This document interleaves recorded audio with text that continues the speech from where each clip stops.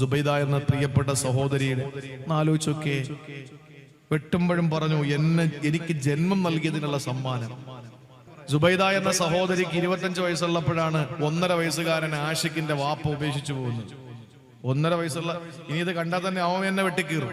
അഞ്ചാവാണ് അവന് ഉസ്താദും തങ്ങളും തരും. അവന്റെ ഉമ്മായ വെട്ടിയെങ്കിൽ പിന്നെ ആരെ വെട്ടിക്കൂടാ.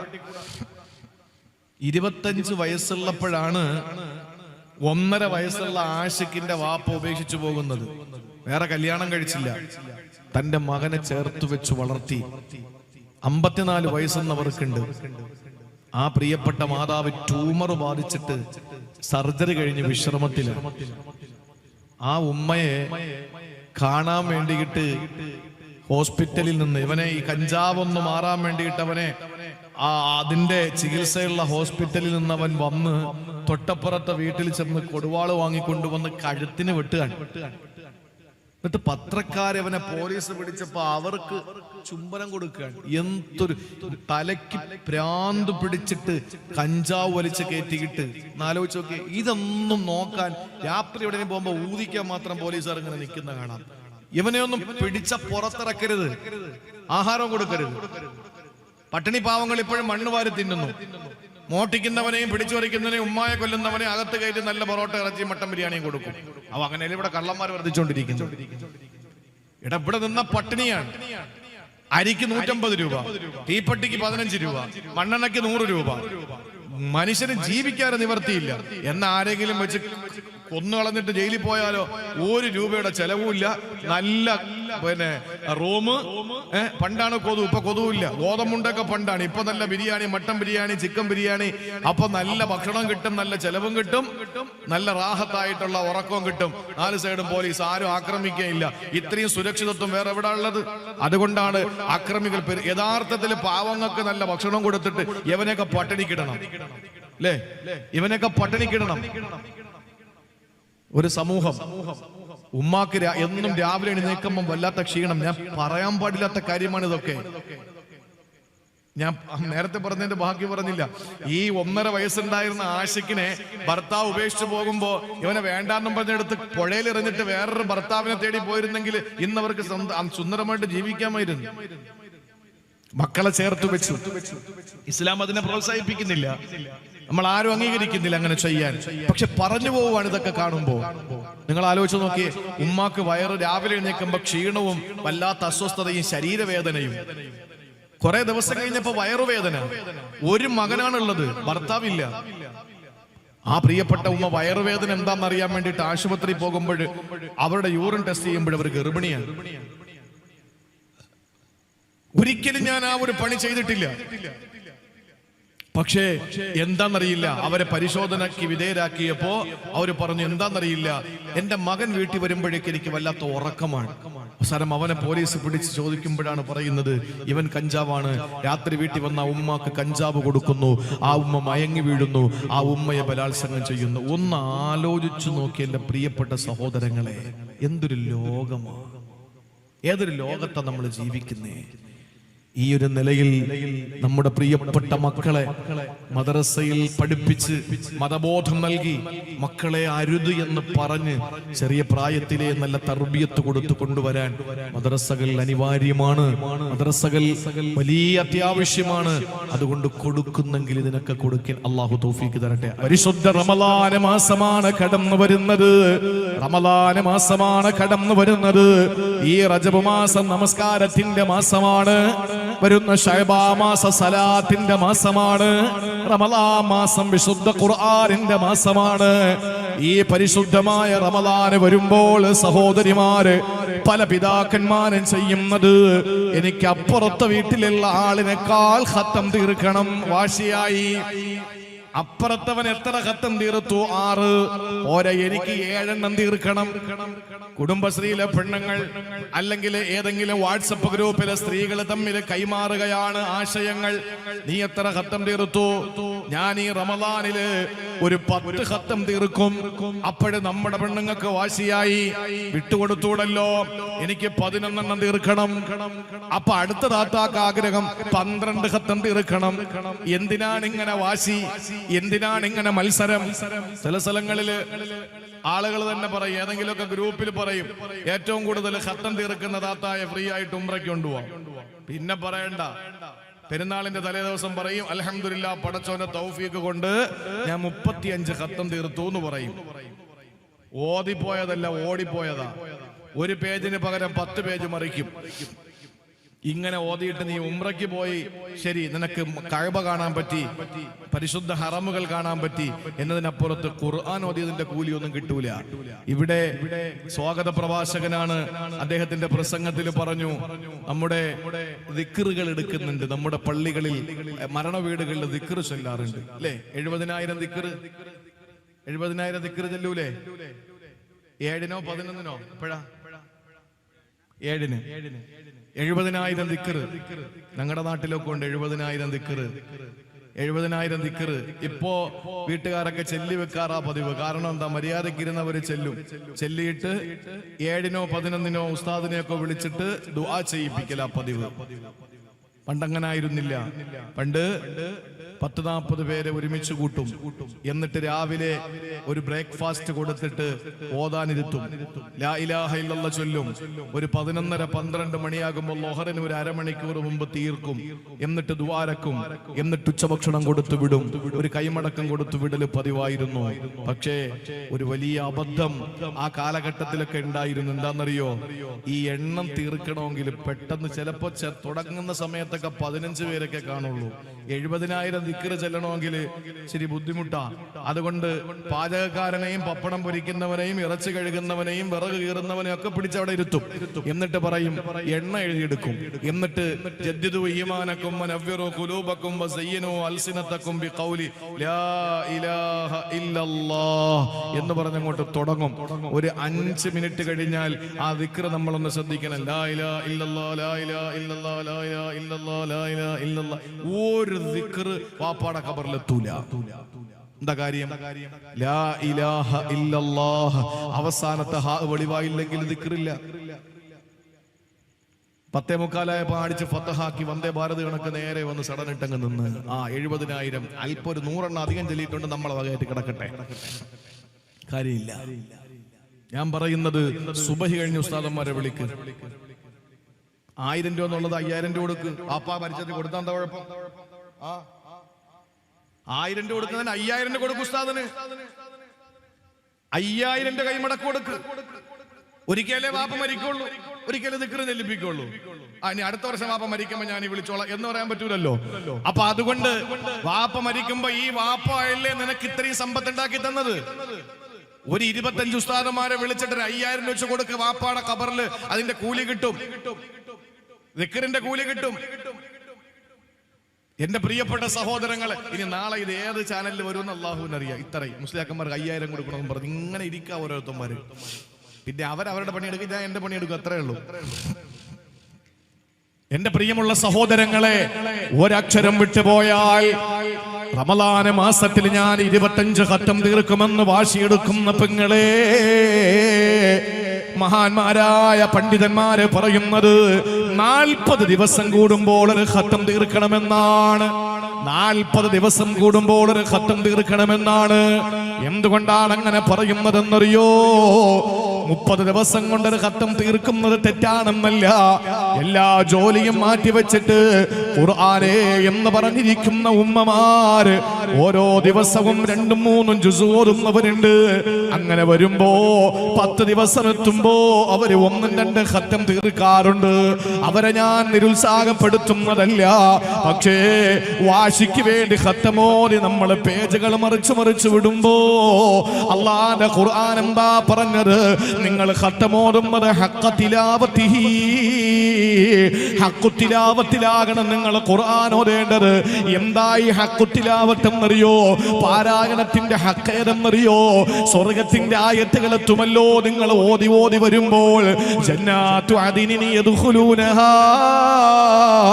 ജന്നാത്തുൻ തജ്രീ മിൻ തഹ്തിഹൽ അൻഹാർ എന്നൊക്കെ പറയുന്ന ആ സ്വർഗത്തിന്റെ ആയത്തുകൾ എത്തുമ്പോ നിങ്ങൾ ഓതലൊന്ന് നിർത്തണേ. എന്നിട്ട് നിങ്ങൾ ചോദിക്കണം അല്ലാഹുവിനോട്, അല്ലാഹുമ്മ ഇന്നി അസ്അലുകൽ ജന്ന, പടച്ചോനെ നീ എനിക്ക് സ്വർഗം തരണേ അല്ലാ. അറബി അറിയാത്തവരും മലയാളത്തിലെങ്കിലും ഒന്ന് ഓതി പറഞ്ഞോ, ദുആ ചെയ്തോ, പടച്ചോനെ ഞാൻ സ്വർഗത്തിന്റെ ആയത്തെത്തി, എനിക്ക് സ്വർഗം തരണേ അല്ലോ. നരകത്തിന്റെ ആയത്തെത്താറുണ്ടല്ലോ ഓതി ഓതി വരുമ്പോ. എവിടെ സ്വർഗം പറഞ്ഞാലും അല്ലാഹു ഉടനെ നരകം പറയുമല്ലോ. ആ സമയത്ത് നിങ്ങൾ ഓതലൊന്ന് നിർത്തണം. എന്നിട്ട് നിങ്ങൾ അല്ലാഹുവിനോട് പറയണം, അല്ലാഹുമ്മ ഇന്നി അഊദു ബിക മിനന്നാർ, പടച്ചോനെ നരകത്തിൽ നിന്ന് എന്നെ രക്ഷപ്പെടുത്തണേ അല്ലോ. മലയാളത്തിലെങ്കിലും ഒന്ന് പറയണേ. റഹ്മത്തിന്റെ ആയത്തെത്തുമല്ലോ, വറഹ്മതീ വസിഅത് കുല്ല ശൈഇ വറഹ്മതു റബ്ബിക ഖൈറും മിമ്മാ യജ്മഊൻ. അല്ലാഹുവിന്റെ കാരുണ്യത്തിനെ പറ്റി പ്രകീർത്തിക്കുന്ന ആയത്തെത്തുമ്പോ അവിടെ നിങ്ങൾ നിർത്തിയിട്ട് ചോദിക്കണം, അല്ലാഹുമ്മ ഇന്നി അസ്അലുക റഹ്മാ, അല്ലാഹുമ്മ റഹംനി, എനിക്ക് കരുണ തരണേ, എനിക്ക് റഹ്മത്ത് തരണേ അല്ലാ. അദാബിന്റെ ആയത്തെത്തുമ്പോ നിങ്ങൾ ചോദിക്കണം റബ്ബിനോട്, അദാബിൽ നിന്ന് കാവൽ തേടണം. സഹോദരങ്ങളെ, ഹിസാബിന്റെ ആയത്തെത്തുമ്പോ അവിടെ നിങ്ങൾ എത്തുന്ന സമയത്ത് അല്ലാഹുവിനോട് പറയണം, യസ്റിലി ഹിസാബി, എനിക്ക് വിചാരണ എളുപ്പമാക്കി തരണേ അല്ലാ. വെള്ളിയാഴ്ച പള്ളിയിൽ ഇമാമിന്റെ പുറകിൽ നിസ്കരിക്കുമ്പോ ഇന്ന ഇലൈനാ ഇയാബഹും സുമ്മ ഇന്ന അലൈനാ ഹിസാബഹും എന്ന് പറഞ്ഞ് രണ്ടാമത്തെ റക്അത്തില് അവസാനത്തെ ആയത്തോതുമ്പോ ഒരു 10 സെക്കൻഡ് നിർത്തിയിട്ട് ഇമാം എന്തോ ഒരു വാക്ക് പറയുന്ന നിങ്ങൾ കേട്ടിട്ടുണ്ടാകും. ഇന്ന് വരെ നിങ്ങൾ ചോദിച്ചിട്ടുണ്ടോ, ഉസ്താദേ അവിടെ എത്തുമ്പോ നിങ്ങൾ എന്താ പറയുന്നതെന്ന്? ഇന്ന ഇലൈനാ ഇയാബഹു സുമ്മ ഇന്ന അലൈനാ ഹിസാബഹു, നിങ്ങളുടെ ഹിസാബ് എന്റെ അടുക്കലാണ് എന്ന ആയത്തെത്തുമ്പോ അവിടെ പറയേണ്ടത്, അല്ലാഹുമ്മ യസ്റിലി ഹിസാബി, നിന്റെ അടുക്കൽ ഞാൻ വരുമ്പോ എന്റെ വിചാരണ അങ്ങ് ലഘൂകരിച്ച് തരണേ നാഥാ. അത് പറയാതെ പോകരുതേ. അങ്ങനെ പറഞ്ഞു വരുമ്പോ അല്ലാഹു ചില ചോദ്യങ്ങൾ ചോദിക്കുന്നുണ്ട്. സൂറത്തു തീനിന്റെ അവസാന ഭാഗം എന്താ? അലൈസല്ലാഹു ബിഅഹ്കമിൽ ഹാകിമീൻ, അല്ലാഹുവല്ലേ ലോകത്തെ ഏറ്റവും വലിയ ന്യായാധിപന് എന്നാ ചോദ്യം അല്ലാഹു ചോദിക്കുമ്പോ അവിടെ നമ്മൾ പറയേണ്ടത് എന്താണ്? ബലാ വഅനാ അലാ ദാലിക മിനശ് ശാഹിദീൻ, അതെ അതെ അതെ തമ്പുരാനെ, നീ തന്നെയാണ് ഏറ്റവും വലിയ ഹക്കമുൽ ഹാക്കിം, നീ തന്നെയാണ് ഏറ്റവും വലിയ ജഡ്ജി. സുപ്രീം കോർട്ടിനേക്കാൾ ഹൈക്കോർട്ടിനേക്കാൾ എല്ലാത്തിന്റെ മുകളിലും നിന്റെ ജഡ്ജിമെന്റ് ആണ് അല്ലോ എന്ന് പറഞ്ഞ് സമ്മതിച്ചോതുന്ന ഖുർആനിന്റെ വചനങ്ങളുണ്ടല്ലോ, അതിന്റെ പേരാണ് ഹഖ്ഖുത് തിലാവത്ത്. അങ്ങനെ ഓതി വന്നാൽ എത്ര ഹത്തം തീർക്കാൻ പറ്റും? അച്ചടക്കത്തോടെ ഓരോ അക്ഷരങ്ങളും വിട്ടുപോകാതെ റഹ്മത്തിന്റെ ആയത്തുകൾ എത്തുമ്പോ റഹ്മത്തിനെ ചോദിച്ച് ഈ പറയപ്പെട്ട രീതിയിൽ ഓതി വരണം. അവധാനത ഉണ്ടാകണം. ഖുർആൻ ഓതുമ്പോ ചിന്തിക്കണം, എന്തിനാ അല്ലാഹു തആല ഖുർആൻ ഇറക്കിയത്? എന്തിനാ ഖുർആൻ ഇറക്കിയത്? കിതാബുൻ അൻസൽനാഹു ഇലൈക, നബിയേ ഖുർആൻ അങ്ങേക്ക് തന്നത് എന്തിനെന്നറിയോ? ലിയദ്ദബ്ബറു ആയാതിഹി, ആയത്തുകളെ ചിന്തിച്ചോതാൻ വേണ്ടിയാണ്. ആയത്തുകളെ ചിന്തിച്ചോതാൻ വേണ്ടിയാണ്. ഞാൻ ഒത്തിരി വേദികളിൽ പ്രസംഗിച്ചിട്ടുണ്ട്. ഒരുപാട് 10-15 വർഷമായി ഈ ഫീൽഡിലുണ്ട്, ഈ ദഅവത്തിന്റെ മാർഗത്തിലുണ്ട്. പക്ഷേ ഞാൻ പഠിക്കാത്ത ഒരു കാര്യം, കഴിഞ്ഞ ഒരു 4 ദിവസം മുമ്പ് ആലപ്പുഴ ജില്ലയിൽ മഹാനായ സയ്യിദുൽ ഉലമ ജിഫ്രി മുത്തുക്കോയ തങ്ങൾ, അല്ലാഹു ദീർഘായുസ് കൊടുക്കട്ടെ, മഹാനവറുകൾ ഉദ്ഘാടനം നിർവഹിച്ചൊരു വേദിയിൽ ഈ വിനീതന്റെ പ്രഭാഷണം ഉണ്ടായിരുന്നു. ഞാൻ പ്രസംഗിച്ച് 1 മണിക്കൂർ കഴിഞ്ഞപ്പോ തങ്ങളെത്തി. ഞാൻ പ്രസംഗം നിർത്തി. തങ്ങളുടെ ആ ഉദ്ഘാടന പ്രസംഗത്തിനു വേണ്ടി വേദി ഒഴിഞ്ഞു കൊടുത്തു. തങ്ങൾ ഉസ്താദ് ഒരു 10-20 മിനിറ്റ് പ്രസംഗിച്ചു. അതിൽ വളരെ അത്ഭുതമായി തോന്നിയ ഒരു കാര്യം, എനിക്കൊരു പുതിയ അറിവാണ്, നിങ്ങൾക്കൊരു പക്ഷെ അറിവുണ്ടായിരിക്കാം. ഒരായത്ത് അല്ലാഹുവിന്റെ റസൂൽ സല്ലല്ലാഹു അലൈഹി വസല്ലമയ്ക്ക് ജിബ്രീൽ ഓതി കൊടുക്കുമ്പോ നമ്മൾ കേവലം ഹാഫിദ് ഉസ്താദ് തന്റെ ശിഷ്യന്മാർക്ക് ഓതട എന്ന് പറഞ്ഞ് ഓതിക്കൊടുക്കും പോലെ അല്ല ജിബ്രീൽ അലൈഹിസ്സലാം മുത്തുനബിക്ക് ഓതിക്കൊടുത്തത്. പിന്നെയോ ഒരു ആയത്ത് അങ്ങോട്ട് ഓതി കൊടുക്കുമ്പോ ആ ആയത്ത് ഏതൊക്കെ ശൈലിയിൽ ഓതണം, ഏതെല്ലാം രീതിയിൽ അത് ഓതാൻ കഴിയും, ആ ആയത്തിന്റെ അവതരണ പശ്ചാത്തലം എന്താണ്, ആ ആയത്തിനകത്ത് എന്തെല്ലാം സിറുകൾ, എന്തെല്ലാം രഹസ്യങ്ങളുണ്ട്, ആ ആയത്തിന് എന്തെല്ലാം മഹത്വങ്ങളുണ്ട്, ആ ആയത്ത് ഓതുമ്പോ എന്തെല്ലാം കൂലി കിട്ടും, ആ ആയത്തിന്റെ ആശയം എന്താണ്, ആ ആയത്തിൽ ഉദ്ദേശിക്കുന്ന അർത്ഥം എന്താണ്, ആ ആയത്തിൽ അടങ്ങിയിരിക്കുന്ന ചരിത്രം എന്താണ്, ആ ആയത്തിന്റെ മന്തിക്ക് എന്താണ്, ആ ആയത്തിന്റെ ഫസാഹത്ത് എന്താണ്, അതിന്റെ ബലാഗത്ത് എന്താണ്, അതിന്റെ ഗ്രാമർ എന്താണ്, അതിന്റെ എല്ലാ വശങ്ങളും അള്ളാഹുവിന്റെ പ്രവാചകന് ജിബ്രീൽ അറിയിച്ചു കൊടുക്കുന്നു എന്ന് മാത്രമല്ല, അപ്പോഴേ അള്ളാഹുവിന്റെ റസൂല് ബൈഹാത്താക്കുകയാണ്. ഒന്ന് ആലോചിച്ച് നോക്കിയേ, ഒരായത്തങ്ങോട്ട് ഇറങ്ങുകയാണ്. എന്നിട്ട് മഹാനവറുകൾ ഉദാഹരണം പറഞ്ഞത് തയമ്മുമിന്റെ ആയത്തിനെ സംബന്ധിച്ചാണ്. ആ തയമ്മുവിന്റെ രീതി, ആ തയമ്മം എപ്പോഴും ചെയ്യണം, ആ തയമ്മം ചെയ്യുന്നതിന്റെ മര്യാദ എന്താണ്, ആ തയമ്മം എപ്പോഴൊക്കെ ബാത്തിലായി പോകും, ആ തയമ്മം ചെയ്യുന്നതിന്റെ സിർ എന്താണ്, ആ തയമ്മം ഒരു മുസ്ലിമിനെ സംബന്ധിച്ചിടത്തോളം അള്ളാഹുവിന്റെ ആനുകൂല്യമാണ്. ഇതൊക്കെ അങ്ങോട്ട് കൈമാറുകയാണ്. ഇത്രയും അങ്ങോട്ട് കിട്ടുമ്പോഴാണ് എന്റെ പ്രിയപ്പെട്ട സഹോദരങ്ങളെ നബിതങ്ങൾ ക്ഷീണിതനായി പോകുന്നത്, നബിതങ്ങൾ വിയർത്തു പോകുന്നത്. അതുകൊണ്ടാണ് ഇരിക്കുന്ന ഒട്ടകം പോലും മുട്ടുകുട്ടിപ്പോയത്. ആയിഷ ബീവിയുടെ മടിത്തട്ടിൽ കിടക്കുമ്പോ അള്ളാന്റെ ഹബീബിന് ഈ വഹയിന്റെ സന്ദേശം വരുമ്പോൾ ആ ഭാരം തന്റെ കാലിലും തുടയിലും അനുഭവപ്പെട്ടിട്ടുണ്ട് എന്ന് ആയിഷ ബീവി പറഞ്ഞെങ്കിൽ ചെറിയ കാര്യമല്ല. ആ വിശുദ്ധ ഖുർആൻ ഓതുന്ന രീതിയിൽ നമ്മൾ ഓതണം. അല്ലാതെ അങ്ങോട്ട് മറിച്ച് വെച്ചിട്ട് ഇങ്ങനെയല്ല ഓതേണ്ടത്. ഒരക്ഷരം വിട്ടുപോകാതെ സ്പഷ്ടമായ നിലയിൽ ഓതിയാൽ മാത്രമേ അതിന്റെ കൂലി അള്ളാഹു തരുകയുള്ളൂ. ആ കൂലി കിട്ടാൻ വേണ്ടിയിട്ടല്ലേ നമ്മൾ ഖുർആൻ ഓതുന്നത്. അതുകൊണ്ട് തികഞ്ഞ അവധാനത ഖുർആൻ ഓതുന്ന വിഷയത്തിൽ നമുക്ക് ഉണ്ടാക്കിയെടുക്കാൻ കഴിയണം. അള്ളാഹു തൗഫീഖ് തരട്ടെ. ഇനി മൂന്നാമത്തേത്, ഏറ്റവും പ്രധാനപ്പെട്ട കാര്യമാണ് ഇനി പറയാൻ പോകുന്നത്. അതിനു മുമ്പ് ബക്കറ്റ് നിങ്ങളുടെ മുന്നിൽ വരും. ആ ബക്കറ്റിൽ ഇൻഷാ അല്ലാഹ് കാര്യമായ നിലയിൽ ഒരു സംഭാവന എല്ലാ സഹോദരങ്ങളും നിങ്ങൾ നൽകണം. അള്ളാഹു ജാരിയായ സ്വതക്കയിൽ ഉൾപ്പെടുത്തി അനുഗ്രഹിക്കുമാറാവട്ടെ. ഒരാൾ പോലും ഇതിൽ നിന്ന് മാറി നിൽക്കരുത്. കാരണം നല്ല ഒരു ചെലവ് നമ്മുടെ ഈ സംരംഭത്തിന്റെ പേരിൽ കമ്മിറ്റിക്കാർക്ക് ആകുന്നുണ്ട്. അതുകൊണ്ട് ഇൻഷാ അല്ലാഹ് നല്ലൊരു സ്വതക്ക അള്ളാഹു ജാരിയായ സ്വതക്കയിൽ ഉൾപ്പെടുത്തി അനുഗ്രഹിക്കുമാറാവട്ടെ. നമ്മുടെ നീയത്ത് എന്താണോ അള്ളാഹു അത് സാധിപ്പിച്ചു തരട്ടെ. ബിസ്മില്ലാഹിർ റഹ്മാനിർ റഹീം. ഒരാള് ആരും ഇടാതെ അവിടെ നിന്ന് മാറരുത് കേട്ടാ. കാരണം നമ്മൾ കാരണം അവർക്കൊരു നന്മ തടയരുത്. ഇടുന്നത് വരെ അവിടെ നിൽക്കുക ഇൻഷാ അല്ലാഹ്. പോക്കറ്റിൽ നിന്ന് എടുത്ത് ഇടുന്നത് വരെ നിന്നോളി. എല്ലാവരും ഇട്ടോളി. ഒരു ചെറിയ സംഭാവന ഇൻഷാ അല്ലാഹ് 3 ദിവസവും നമ്മളാൽ കഴിയുന്ന ഒരു ചെറിയ ഒരു എവിടെയെങ്കിലും പോയാൽ ഒരു ബൈക്ക് വെക്കണമെങ്കിൽ തറവാടക കൊടുക്കണം.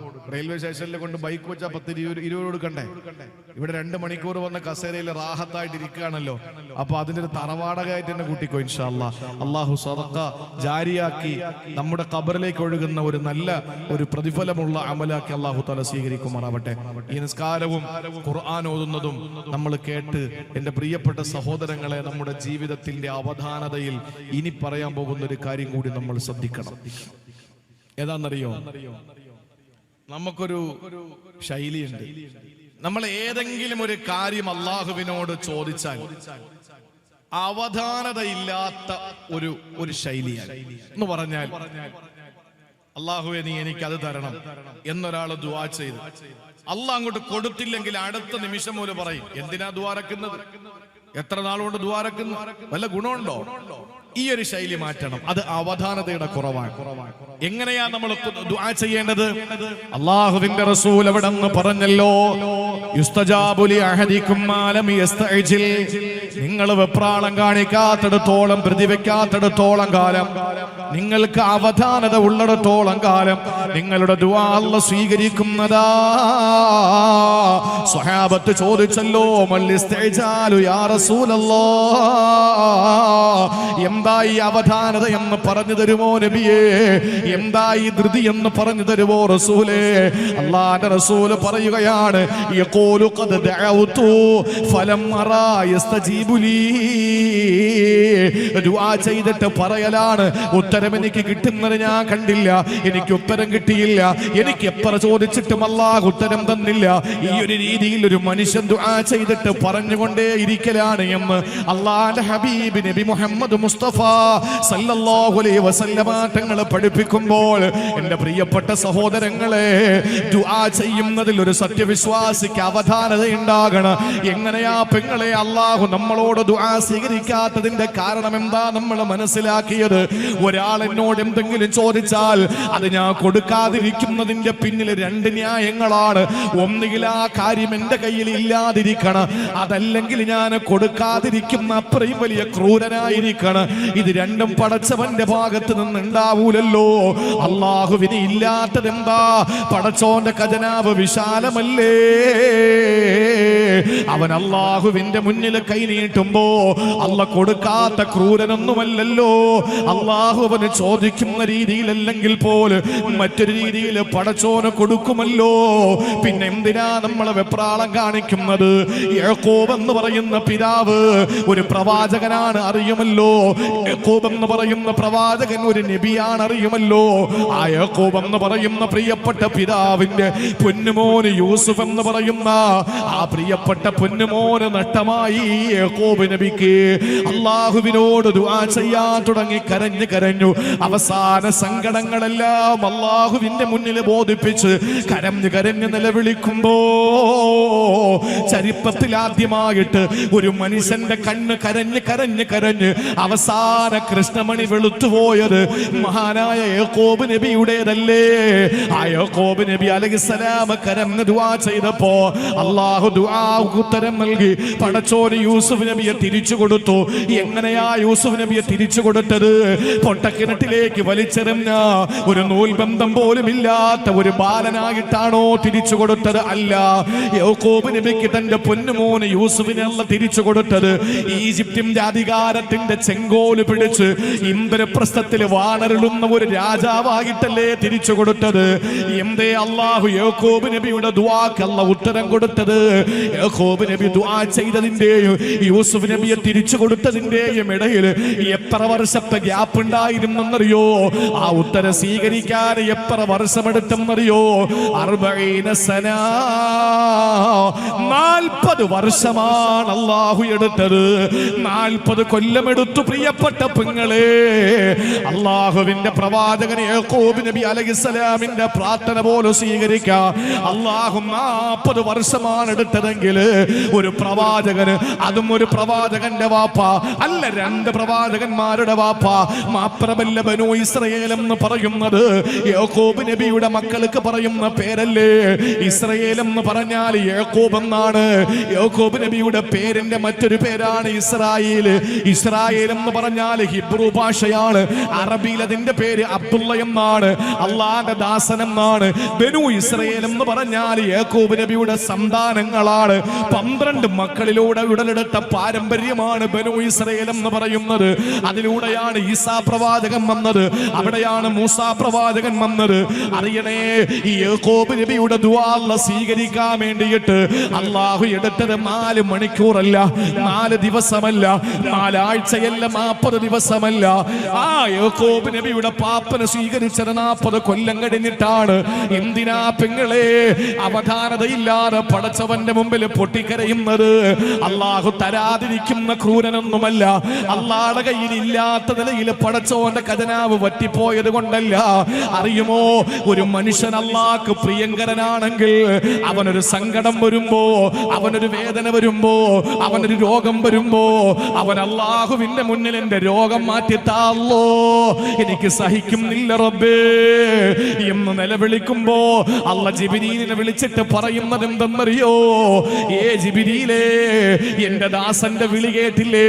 ആ ദാസന് നീ ആവശ്യമായത് കൊടുക്കണം കേട്ടോ, പക്ഷെ പെട്ടെന്നൊന്നും കൊടുക്കല്ലേ. അവൻ അവന്റെ വിളി എനിക്ക് വല്ലാത്ത ഇഷ്ടമാ, അവന്റെ കരച്ചിൽ എനിക്ക് വല്ലാത്ത കൊതിയാ, എനിക്ക് അവനോട് വല്ലാത്ത സ്നേഹമാ. അതുകൊണ്ട് പെട്ടെന്ന് കൊടുത്താൽ അവനാ ദുആ നിർത്തിക്കളയൂ. അവൻ ചോദിച്ചോണ്ടിരിക്കട്ടെ, അവന് മതിയായത് ഞാൻ കൊടുത്തോളാ. ഇനി അള്ളാഹ്ക്ക് പ്രിയങ്കരനല്ലാത്ത ഒരാളാണ് ചോദിക്കുന്നതെങ്കിലോ ജിബ്രീലിനെ വിളിച്ചിട്ട് പറയും, ജിബ്രീലേ അവന്റെ വിളി എനിക്ക് അരോചകമാ, അവന്റെ വിളി എനിക്ക് വല്ലാത്ത അസ്വസ്ഥതയാ, അതുകൊണ്ട് കൊടുക്കൂ പെട്ടെന്ന് ജിബ്രീൽ. അവന് പെട്ടെന്ന് കാര്യം നേടുന്നു. കണ്ടിട്ടില്ലേ, പള്ളിയിൽ കയറി നിസ്കരിക്കുന്നവൻ ആപത്തും വിഷമങ്ങളും സങ്കടങ്ങളും ദാരിദ്ര്യവും കട്ടപ്പാടുകളുമാ. പള്ളി കയറാത്തവനെ അള്ളാഹു ഇങ്ങനെ ഉയർത്തി ഉയർത്തി കൊണ്ടുവരിക. പകയന്മാരെ പടച്ചോ പന പോലെ ഉയർത്തുമെന്ന് കേട്ടിട്ടില്ലേ? എന്തിന്റെ പേരിലാണ്? അവന്റെ നിലവിളി അള്ളാഹ് അരോചകമാണ്, അള്ളാഹുവിന് വല്ലാത്തൊരു അസ്വസ്ഥതയാണ് അവന്റെ വിളി. എന്നാൽ അള്ളാഹ്ക്ക് പ്രിയങ്കരനായ ഒരു മനുഷ്യൻ ദുആ ചെയ്യുമ്പോ അള്ളാഹ്ക്ക് ആ വിളി വല്ലാത്ത ഇഷ്ടമായത് കൊണ്ട് വീട്ടിൽ നിന്ന് ഈ പ്രിയപ്പെട്ട നിങ്ങൾ ഓരോരുത്തരും നിങ്ങളുടെ വീട്ടിൽ നിന്ന് പുറത്തേക്ക് പോവുകയാ. നെടുങ്ങോട്ടൂർ ടൗണിലെത്തിയപ്പോൾ മക്കൾ വിളിച്ചു പറയുന്നു, മോൻ വിളിച്ചു പറയുന്നു, വാപ്പി വാപ്പിച്ചാ എനിക്കൊരു മിഠായി ചോക്ലേറ്റ് വാങ്ങി വരുവോ? മക്കളോട് അങ്ങേറ്റം ദയയുള്ള സ്നേഹമുള്ള കരുതയുള്ള ആർദ്രതയുള്ള വാപ്പാ ഒരു ചോക്ലേറ്റ് വാങ്ങി പോക്കറ്റിലിട്ടു. വീട്ടിൽ വന്നപ്പോൾ വഴിയിൽ വഴിക്കണ്ണ് നോക്കി കാപ്പ് നിന്നിട്ട് മോൻ ചോദിക്കുന്നു, ചോക്ലേറ്റ് എവിടെ? നമ്മൾ പറയും വാങ്ങിയില്ല. പോയിന്റിന്റെ പോക്കറ്റിൽ ഒളിപ്പിച്ചു വെച്ചിട്ട് വാങ്ങിയില്ല എന്ന് പറഞ്ഞു കേട്ടപ്പോ ആ മകന് കിണുങ്ങാൻ തുടങ്ങി, കരയാൻ തുടങ്ങി. അവസാനം കരഞ്ഞ് കരഞ്ഞ് കരഞ്ഞ് കയ്യിൽ കാണുന്നതും കണ്ണിൽ കാണുന്നതും ഒക്കെ എടുത്തെറിയാൻ തുടങ്ങി. അവസാനം അവൻ നിലവിളിച്ചു, എന്നിട്ട് പൊട്ടിക്കരഞ്ഞു. അപ്പോഴൊന്നും നീ കൊടുത്തില്ല.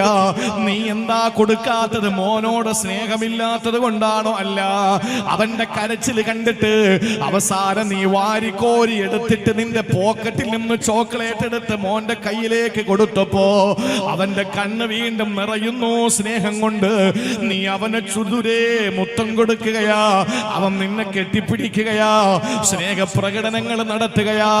ഇത് തന്നല്ലേ എന്റെ പ്രിയപ്പെട്ട നെടുങ്ങോട്ടൂരിലെ പെങ്ങളെ പടച്ചോ ചെയ്യുന്നത്?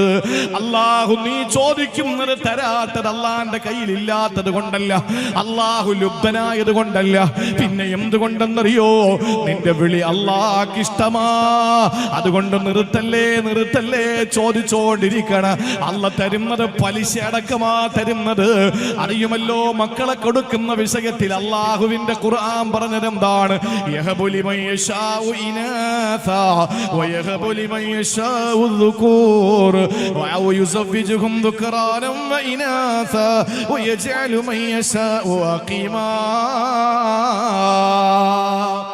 അള്ളാഹു മക്കളെ കൊടുക്കുന്ന വിഷയത്തിൽ ജനങ്ങളെ 4 കാറ്റഗറിയാക്കി. ഒന്ന്,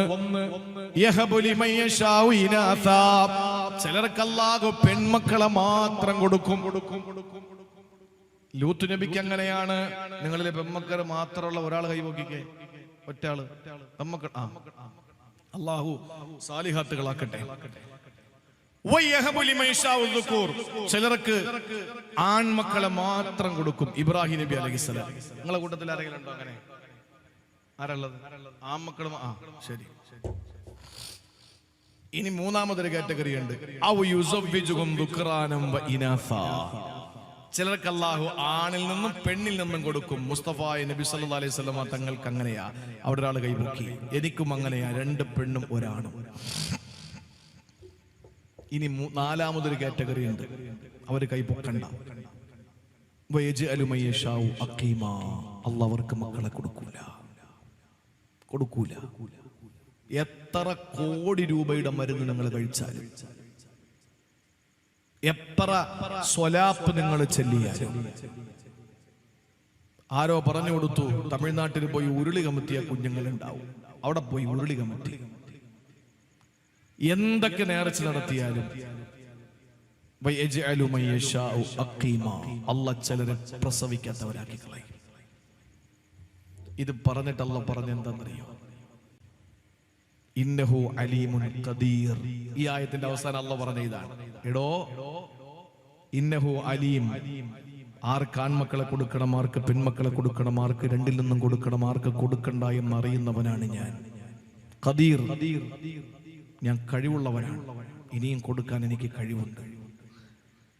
പ്രിയപ്പെട്ട സഹോദരങ്ങളെ, എന്ന് കരുതിയിട്ട് ദുആ നിർത്തണമെന്നാണോ? അല്ല. നിങ്ങൾ ചോദിച്ചുകൊണ്ടേയിരിക്കണം. എന്തിന്? ചിലപ്പോ അള്ളാഹു അങ്ങ് തരും. അത് പിന്നെ എനിക്ക് 10-70 വയസ്സായി, ഇനി എന്ത് കിട്ടാനാ? സക്കരിയ നബിക്ക് എത്ര വയസ്സുണ്ടായിരുന്നെന്ന്? സക്കരിയ നബിക്ക് 2 പ്രശ്നങ്ങളാണ്. ഒന്ന് വഹനൽ അളമു മിന്നി, എല്ല് തേയ്മാനം വന്നു. മക്കളുണ്ടാണെങ്കിലും ഒന്ന് എണീറ്റ് നിൽക്കണമല്ലോ, അതിന് പറ്റൂലെന്ന്. രണ്ടാമത്തെ പ്രശ്നം, പ്രായം ചെന്നിട്ട് തലമുടിയൊക്കെ നരച്ച് കുരച്ച് പടുവൃദ്ധനായി. ഇനി ഭാര്യക്കൊരു പ്രശ്നമുണ്ട്, വമ്രഅതി ആഖിറ, എന്റെ ഭാര്യ പ്രസവിക്കാത്ത പെണ്ണാണ്. പക്ഷെ വലം അക്കും ബിദുആഇക റബ്ബി ശഖിയ, നിന്നോട് ദുആ ചെയ്തിട്ട് ഞാൻ ഇന്ന് വരെ പരാജയപ്പെട്ടിട്ടില്ല. അതുകൊണ്ട് ഫഹബിലി മിൻ ലദുൻക ദുരിയത്തൻ ത്വയ്യിബ, എനിക്ക് നല്ലൊരു കുട്ടിയെത്താ. ദുആരൊന്നുണ്ടായിരുന്നു. എല്ല് തേയ്മാനം വന്നാൽ എന്താ? ഇല്ലായ്മയെന്ന് പടച്ചവനാണ് അള്ളാഹു. മുടി നരച്ചെന്ന് വെച്ചിട്ട് എന്താ? ഭാര്യ പ്രസവിക്കൂല എന്ന് ഡോക്ടർമാർ പറഞ്ഞെങ്കിൽ ഇപ്പൊ പണി നോക്കാൻ പറയും, ദുആ ചെയ്തോണ്ടിരിക്കും, അള്ളാഹ് തരും. എപ്പോ? അവൻ ഉദ്ദേശിക്കുന്നൊരു സമയമുണ്ട്. നിന്റെ വിളി അള്ളാഹ്ക്ക് ഇഷ്ടമാണ്. ചോദിക്കട്ടെ, കരയട്ടെ. അവസാനം പപ്പായ കുത്തിയിട്ടതുപോലെ ആയിരിക്കും, ഒന്നിന് പുറകെ ഒന്നൊന്നായി ഇങ്ങ് പോരും. അല്ലേ? ചില്ലറ കാര്യമാണോ? അള്ളാഹുവിനെ അങ്ങോട്ട് ഇഷ്ടപ്പെട്ട് കഴിഞ്ഞാൽ അള്ളാഹ് തരും. ഇന്നഹു അലീമുൻ ഖദീർ, അവൻ കഴിവുള്ളവനാണ്, അറിയുന്നവനാണ്. ആർക്ക് മക്കളെ കൊടുക്കണമെന്നറിയാം. സക്കരിയ നബി അലൈഹിസ്സലാമിന്റെ എല്ലിന് തേയ്മാനം വന്ന് മുടി നരച്ചുപോയി. ഭാര്യ ഗർഭിണിയാവാത്ത നിലയിലുള്ള യൂട്രസിന്റെ പ്രശ്നമുള്ളവരാണ്.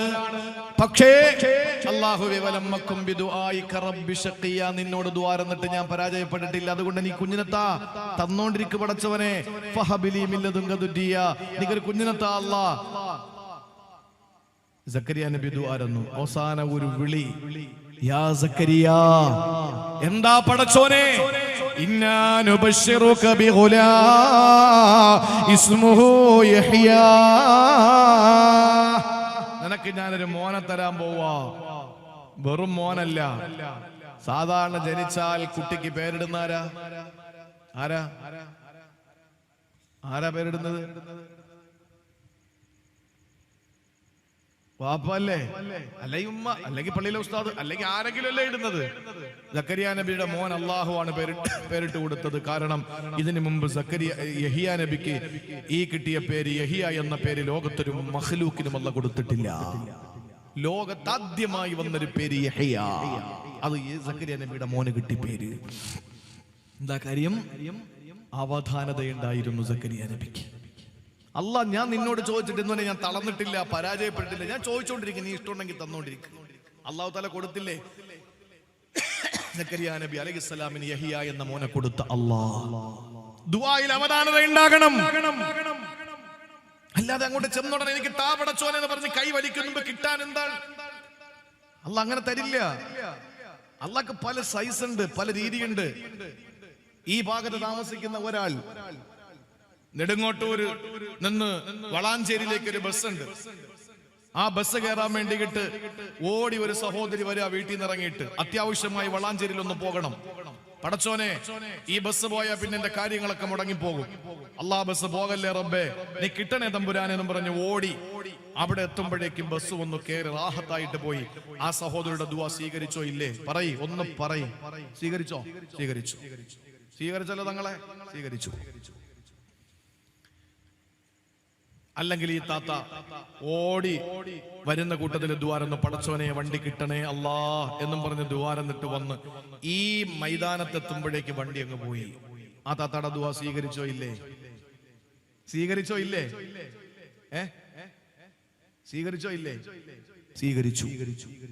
സ്വീകരിച്ചു. ആ സഹോദരി മനസ്സിൽ പ്രത്യക്ഷത്തിൽ ചിന്തിച്ച്, അല്ലാഹുവേ എന്റെ ദുആ നീ കേട്ടില്ല, വണ്ടി പോയല്ലോ, കുറച്ച് കഴിഞ്ഞ് അടുത്ത ബസ്സിന്റെ സമയമായി. ആ ബസ്സിൽ കയറിയിരുന്ന് കുറച്ചു ദൂരം യാത്ര ചെയ്തപ്പോഴാണ് തൊട്ടടുത്ത തിരുവേഗപ്പുറം പാലത്തിൽ ആദ്യം പോയ വണ്ടി ആക്സിഡന്റ് ആയി കിടക്കുന്നു. അള്ളാഹു നിന്നെ അത്ഭുതകരമായി രക്ഷപ്പെടുത്താൻ വേണ്ടി അള്ളാഹു എടുത്ത ഹിക്മത്ത് ആ വണ്ടി നിനക്ക് കിട്ടാതിരുന്നതാക്കിയതാണ്. ആ വണ്ടിയിൽ നിനക്ക് കയറാൻ പറ്റാത്തൊരവസ്ഥ ആക്കിയതാണ്. അപ്പൊ ദുആ സ്വീകരിച്ചില്ലേ? ഇനി വണ്ടി കിട്ടിയതുമില്ല, ആ കിട്ടാതെ പോയ വണ്ടി മറിഞ്ഞതുമില്ല. നീ അടുത്ത വണ്ടിയിൽ കയറി പോയി കാര്യങ്ങൾ നേടുകയും ചെയ്തു, അല്ലെങ്കിൽ നേടാതിരിക്കുകയും ചെയ്തു. പക്ഷേ നിന്റെ ദുആ സ്വീകരിച്ചോ? സ്വീകരിച്ചു. എന്തുകൊണ്ട് സ്വീകരിച്ചു എന്ന് ചോദിച്ചാൽ, നാളെ പടച്ചവന്റെ മുമ്പിലെത്തുമ്പോൾ അള്ളാഹുവിന്റെ മലക്കുകൾ വിളിക്കുകയാണ്, ദുനിയാവിലെ ദുആ സ്വീകരിക്കാത്തവരൊന്ന് വരണേ വരണേ. അവരിങ്ങനെ ഓടി വരുമ്പോൾ അവർക്ക് അല്ലാഹു സമ്മാനങ്ങൾ അങ്ങ് കൊടുക്കുന്നത് കാണുമ്പോൾ, ഇവിടെ ദുആ സ്വീകരിച്ച ആളുകൾ, അല്ലാഹുവേ ദുനിയാവിൽ എന്റെ ഒറ്റ ദുആയും സ്വീകരിക്കാതിരുന്നെങ്കിൽ അല്ലാ, എന്റെ ഒരു ദുആയും ദുനിയാവിൽ സ്വീകരിക്കപ്പെടാതിരുന്നെങ്കിൽ എത്രയോ നന്നായിരുന്നു റബ്ബേ എന്ന് ദുആ ചെയ്തു പോകും ആഖിറത്തിൽ വെച്ച്. കാരണം എന്തെന്നറിയോ? ഇവിടെ ചെയ്ത ദുആക്ക് അല്ലാഹു ആഖിറത്തിൽ കൊടുക്കുന്ന പ്രതിഫലം ചെറുതല്ല. അതുകൊണ്ട് നിങ്ങളുടെ ദുആ സ്വീകരിക്കുന്ന 3 സൈസാണ്. ഒന്നുകിൽ സഡൻ, ആ നിമിഷം തന്നെ പ്രസന്റ്ലി നിങ്ങളുടെ ദുആ സ്വീകരിക്കോ, അല്ലെങ്കിൽ എന്തെങ്കിലും ആപത്തിൽ നിന്ന് നിങ്ങളെ രക്ഷപ്പെടുത്താൻ അല്ലാഹു സ്വീകരിക്കോ, അതല്ലെങ്കിൽ നാളെ പരലോകത്ത് നിങ്ങൾക്ക് അല്ലാഹു തരും. പക്ഷെ ഇതെല്ലാം കിട്ടണമെങ്കിൽ ഒരൊറ്റ ഡിമാൻഡാണ്. അല്ലാഹുവിന്റെ റസൂല് പറഞ്ഞു, യുസ്തജാബു ലി അഹദിക്കും മാലം യസ്തഅജിൽ. അവധാനത നിങ്ങൾക്ക് വേണം, എങ്കിലേ നിങ്ങളുടെ ദുആ അല്ലാഹു സ്വീകരിക്കൂ. അല്ലാതെ നീ എന്ത് പണിയാ കാണിച്ചത്? എത്ര ദിക്റയിൽ കൊണ്ടാ ഓടിയത്? പണ്ട് മൊയ്ലാക്കന്മാര് കള്ളം പറയുന്ന, സ്വലാത്തില്ല, വണ്ടിയും കിട്ടൂല, ഓട്ടോയും കിട്ടൂല എന്ന് പറഞ്ഞിട്ട് തിരിഞ്ഞു നടന്നാൽ നിനക്ക് വണ്ടിയും കിട്ടൂല, കാര്യവും നടക്കൂല, ആഖിറത്തിൽ കൂലിയില്ല, അള്ളാന്റെ ഭാഗത്ത് നിന്ന് ശാപമുണ്ട്. പടച്ചോൻ കാത്ത് രക്ഷിക്കട്ടെ. അതുകൊണ്ട് അവധാനത വേണം. 3ാമത്തെ കാര്യം, ഒരെണ്ണം കൂടെ പറഞ്ഞൂടെ സെക്രട്ടറി? ഒന്നുകൂടെ പറയട്ടാ, 5 മിനിറ്റ് അല്ലെങ്കിൽ അത് ലാസ്റ്റ് പറയാം. അത് ലാസ്റ്റ് പറഞ്ഞ ദ്വാരക്ക. ഞാൻ ഇന്നത്തെ സാഹചര്യമൊക്കെ നിങ്ങൾക്ക് അറിയുമല്ലോ. തുടക്ക ദിവസമാണ്. എനിക്ക് പിന്നെ തുടക്കവും ഒടുക്കമൊക്കെ എല്ലാം ഒരുപോലെയാണ്, അൽഹംദുലില്ലാ. കാരണം ഒടുക്കത്തിൽ തന്നെ വരണമെന്നൊരു നിർബന്ധ വാശി, പിടിവാശി അങ്ങനെ ഒന്നും നിൽക്കൂല. അങ്ങനെ അൻവർ ഉദാഹരണത്തിന് പറഞ്ഞാൽ പോരെ, എന്നെ അങ്ങ് ലാസ്റ്റ് ആക്കി തരണം. അപ്പൊ പിന്നെ കുറച്ച് ആളുകളുടെ അധികം വരും. അങ്ങനെ എന്നെ കേൾക്കാൻ വരുന്നവർ വന്നാൽ മതി. അത് അവസാനത്തെ വരവായിട്ട് വന്നിട്ട് കേൾക്കണമെന്നൊന്നുമില്ല. ഈ ആദ്യം ആയാലും താല്പര്യപൂർവ്വം വന്നാൽ അവരെയാണ്, അവരുടെ മുമ്പിലാണ് പ്രസംഗിക്കേണ്ടത്. 2 കൂട്ടർക്കാണ് മുന്നറിയിപ്പ്. സൂറത്ത് യാസീൻ പറയുന്നുണ്ട്, ഇന്നമാ തുൻദിറു മനിത്തബഅ ദിക്റ വഖശിയ റഹ്മാന ബിൽ ഗൈബി. ഇന്നമാ തുൻദിറു മനിത്തബഅ ദിക്റ വഖശിയ റഹ്മാന ബിൽ ഗൈബി ഫബശ്ശിർഹും ബിഅദാബ് ഫബശ്ശിർഹും ബിമഗ്ഫിറത്തിൻ വഅജ്രിൻ കരീം. എന്നാൽ ഇനി ഒരു വിഭാഗമുണ്ട്, ലിതുൻദിറ ഖൗമൻ മാ ഉൻദിറ ആബാഉഹും ഫഹും ഗാഫിലൂൻ. 2 പേരോടാണ് ഖുർആൻ സംബോധന ചെയ്യുന്നത്. അതില് ഗാഫിലീങ്ങളുണ്ട്, കാര്യങ്ങൾ ഗ്രഹിക്കുന്നവരുണ്ട്. അള്ളാഹു കാര്യങ്ങൾ ഗ്രഹിക്കുന്നവരുടെ കൂട്ടത്തിൽ നമ്മളെ ഉൾപ്പെടുത്തട്ടെ.